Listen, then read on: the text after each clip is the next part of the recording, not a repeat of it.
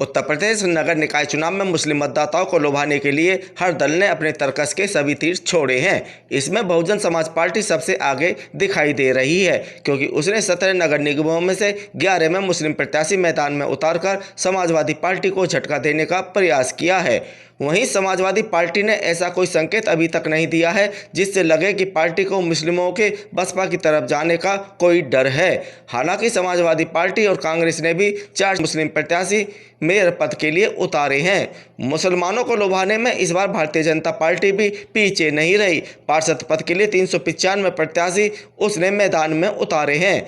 Bharatiya Janata party अच्छी तरह जानती है कि केंद्र और राज्य की योजनाओं का सर्वाधिक लाभ मुस्लिम ही उठाते हैं। 20 से 22% जनसंख्या वाला मुस्लिम वर्ग केंद्र व राज्य सरकारों की योजनाओं में 30 से 40% तक की हिस्सेदारी का लाभ ले रहे हैं। ऐसे में अगर मुस्लिम मतदाता भाजपा की ओर मुड़ जाए तो इसमें अचंभा नहीं होना चाहिए। इस वीडियो में मैं मुस्लिमों को लेकर सभी राजनीतिक दलों द्वारा चलाए जा रहे दाव पेचों के बारे में तो बताऊंगा ही, साथ ही बताऊंगा कि मुस्लिम मतदाता किस तरह प्रदेश की राजनीति में नए आयाम लिखने जा रहा है। नमस्कार साथियों, मैं हूं राजेश कुमार शर्मा और आप देख रहे हैं मेरा यूट्यूब चैनल राजनीतिक पक्ष। आगे बढ़ने से पहले मेरा आपसे निवेदन है कि यदि आपने अभी तक मेरे इस चैनल को सब्सक्राइब नहीं किया है तो प्लीज़ उसे सब्सक्राइब कर दीजिए। साथ ही वीडियो को लाइक करना, शेयर करना और अपने कमेंट्स लिखना भी ना भूलें। सबसे पहले हम बात भारतीय जनता पार्टी की करते हैं। भाजपा का सपना है कि अगले वर्ष होने वाले लोकसभा चुनाव में पार्टी उत्तर प्रदेश की सभी 80 लोकसभा सीटों पर विजय हासिल करे।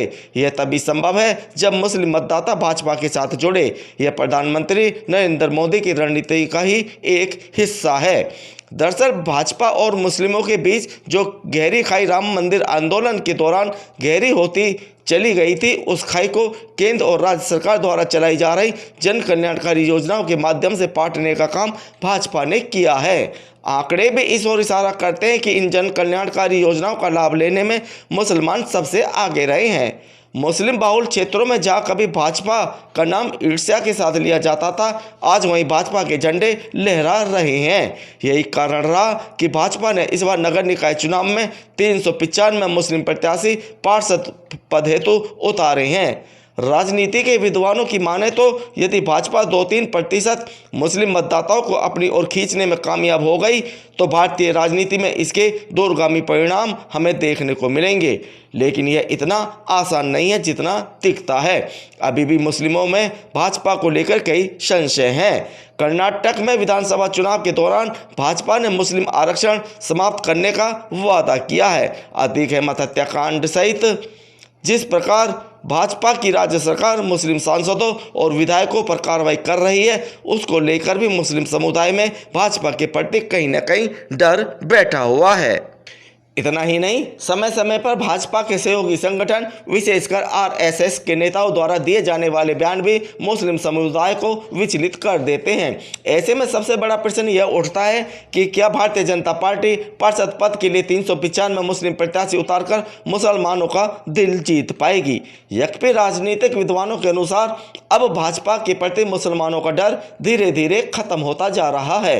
भाजपा मुसलमानों को यह बताने में कामयाब होती दिख रही है कि केवल उन मुस्लिम नेताओं पर कानूनी शिकंजा कसा जा रहा है जो समाज के लिए नासुर बनते जा रहे थे या बन रहे हैं। इसके अलावा मोदी और योगी राज में कहीं भी मुसलमानों को आतंकित नहीं किया गया। जिस प्रकार केंद्र व राज्य सरकार की योजना का लाभ लेने में मुसलमान सबसे आगे रहे, भाजपा की केंद्र और राज्य सरकार मुसलमानों में यह विश्वास जगाने में कामयाब रही कि भाजपा सरकारों ने धर्म के आधार पर उनके साथ कोई भेदभाव नहीं किया। भाजपा के इस नए हथियार को सबसे पहले भांपने का काम अगर किसी ने किया है तो वह समाजवादी पार्टी है। समाजवादी पार्टी ने इस बार 17 नगर निगमों में अधिकांश में सामान्य वर्ग के प्रत्याशी उतारकर सामान्य वर्ग को अपनी ओर मोड़ने का प्रयास किया है।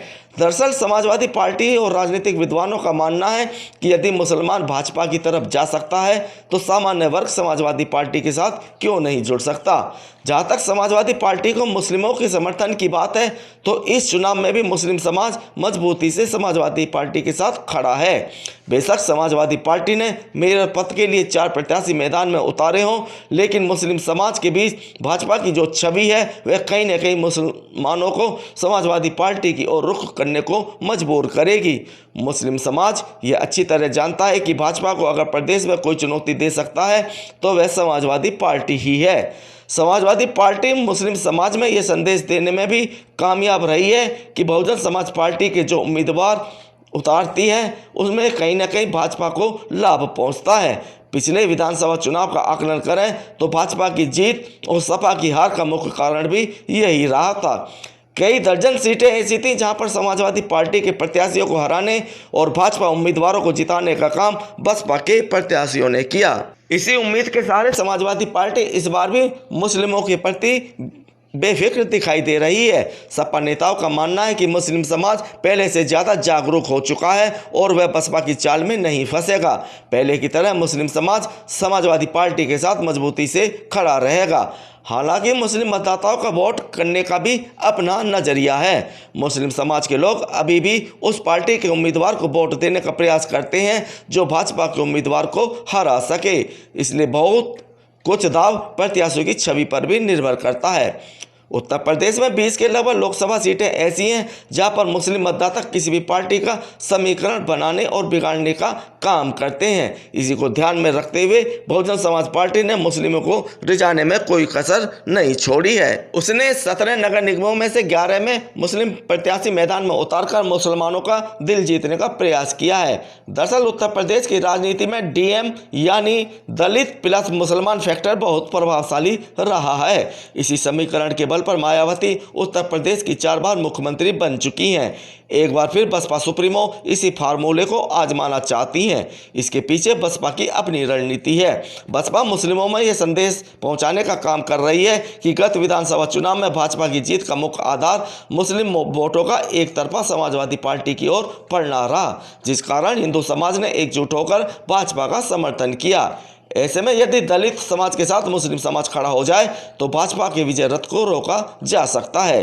राजनीति के जानकारों का मानना है कि यदि बसपा मुस्लिम समाज को अपनी इस बात को समझा पाने में सफल हो जाती है तो इससे भाजपा के साथ साथ समाजवादी पार्टी भी मुश्किल में फंस सकती है। स्थिति यह है कि मुस्लिम समाज अभी भी राजनीतिक गुणा भाग करने में लगा हुआ है। किसको वोट करना है और किसको नहीं, इसको लेकर इस बार यह समाज काफ़ी गंभीर दिखाई दे रहा है। यकवी मुस्लिमों को लुभाने के लिए सभी दलों ने अपने अपने तर्कस के सभी तीर चल दिए हैं, लेकिन किसका तीर निशाने पर लगता है इसके लिए 13 मई का इंतजार करना होगा, जब नगर निकाय चुनाव के परिणाम हमारे सामने आएंगे।